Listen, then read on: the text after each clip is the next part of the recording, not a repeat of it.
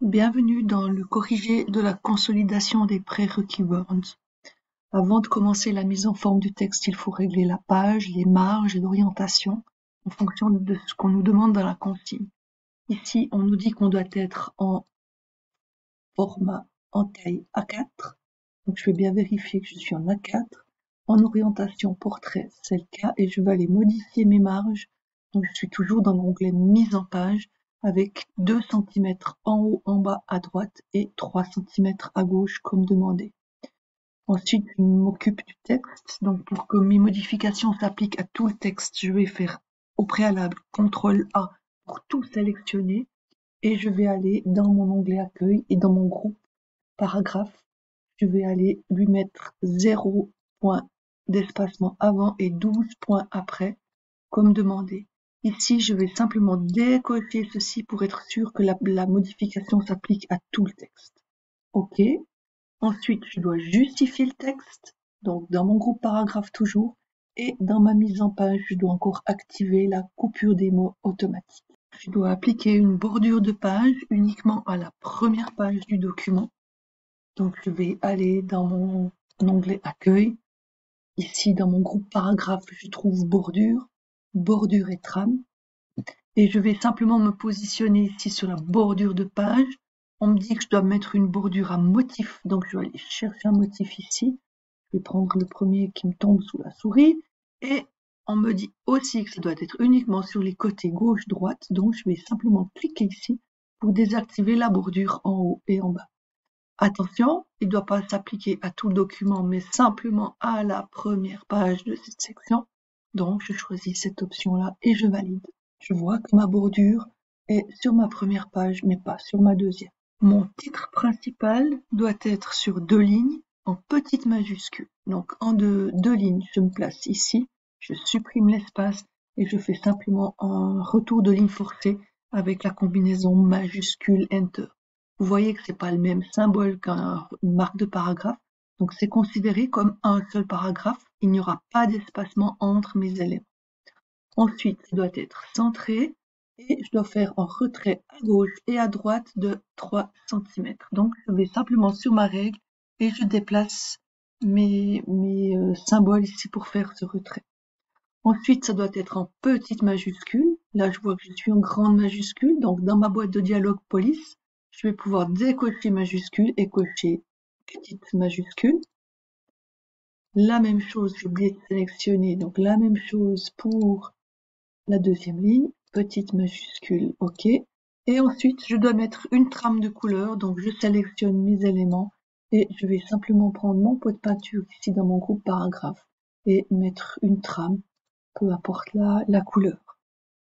Pour les sous-titres, qui sont en rouge dans le texte, je le sélectionne et je dois le mettre en noir, en gras, donc en noir, en gras, 12 points avant, donc dans mes paragraphes, je vais mettre 12 points avant, pardon, 18 et 6 points après. OK. Et lorsqu'il est mis en forme, je vois que j'ai encore d'autres sous-titres rouges. J'active simplement mon pinceau reproduire la mise en forme.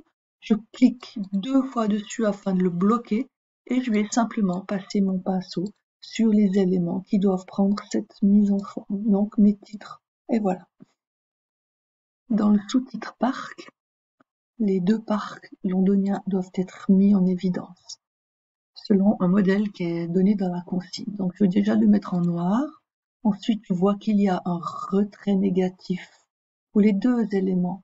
Donc je prends simplement le petit triangle qui est en bas ici sur ma règle et je fais un retrait négatif. Je regarde le modèle à peu près à cet endroit-là. Et il y a une bordure. Et on me demande de la mettre en rouge. Donc bordure et trame, encadrement. Et puis je vais choisir la couleur rouge. Vous voyez que c'est fait, mais maintenant on voit que le texte est très proche de la bordure. Donc dans les options ici, vous pouvez régler cet espacement entre le texte et la bordure pour donner un peu plus d'air. Et on voit que c'est le cas dans le modèle que vous avez reçu. Donc je mets par exemple 4 points ou peut-être même 8 partout. Comme ça je suis sûre d'avoir assez. Et vous voyez qu'il y a de l'espace qui s'est mis entre le texte et la bordure. OK, je valide.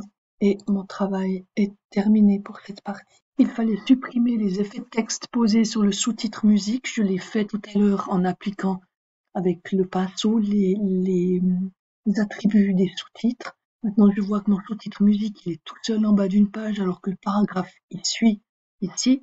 Je vois maintenant que je vais déjà vite faire la correction. Donc, je me mets simplement devant le titre musique et je fais CTRL-ENTER pour mettre un saut de page avant. Comme ça, le sous-titre va avec le texte. Dans la partie musique classique, les éléments doivent être mis en forme avec une puce. Donc je sélectionne les éléments, je les ai remis en police noire pour que ça concorde dans le texte et je vais aller définir la puce. Donc dans mon groupe paragraphe, la commande puce, définir une puce et je vais aller chercher une puce avec, pardon, symbole et je vais chercher dans ma police qu'on me donne, c'est la police Wingdings. Et je vais vite aller la chercher, hop, Wingdings, et puis je vais aller rechercher la puce donnée, c'était celle-ci. Ok, ok. Maintenant vous voyez que Word automatiquement fait un retrait négatif, donc je vais remettre les choses à la marge. Je garde toujours mon texte sélectionné. Je prends mon petit triangle d'en haut pour le repositionner à la marge. Vous voyez que ma puce maintenant est alignée et je vais mettre 1 cm d'espace entre la puce et le texte. Alors je vais reprendre ici mon petit triangle là et je vais le positionner sur 1 cm. Je devais également mettre un symbole à côté de musique classique, le même. Donc je vais simplement faire un espace et je vais aller dans mon groupe insertion, symbole, et puis du coup mon symbole est là puisque j'étais le chercher grâce aux puces et je vais simplement l'insérer ici. Dernière chose, avant de rendre mon travail, je vérifie encore une fois globalement mon texte en surveillant également ici au bout de ligne, voir s'il n'y a pas des espaces insécables qui sont nécessaires. Comme ici, par exemple, je vois que le nombre d'habitants avec la notion d'habitant est séparée, donc je vais enlever cet espace et mettre un espace insécable. Je vois qu'il y a aussi des espaces entre les chiffres comme séparateurs de milliers. Donc l'espace insécable, contrôle, majuscule, espace. Vous voyez que c'est pas le même symbole non imprimable qu'un espace. Et ça me permet de garder tous les éléments ensemble. Ici, même problème. Je vais mettre mon espace insécable pour garder tous ces chiffres ensemble. Et je continue de passer mon document. Je vérifie en même temps que mes titres sont pas seuls en bas d'une page. Dans quel cas il faudrait les regrouper. Je vérifie également si j'ai pas des retours lignes qui traînent, parce qu'on ne doit pas avoir de retours lignes qui traînent dans un document.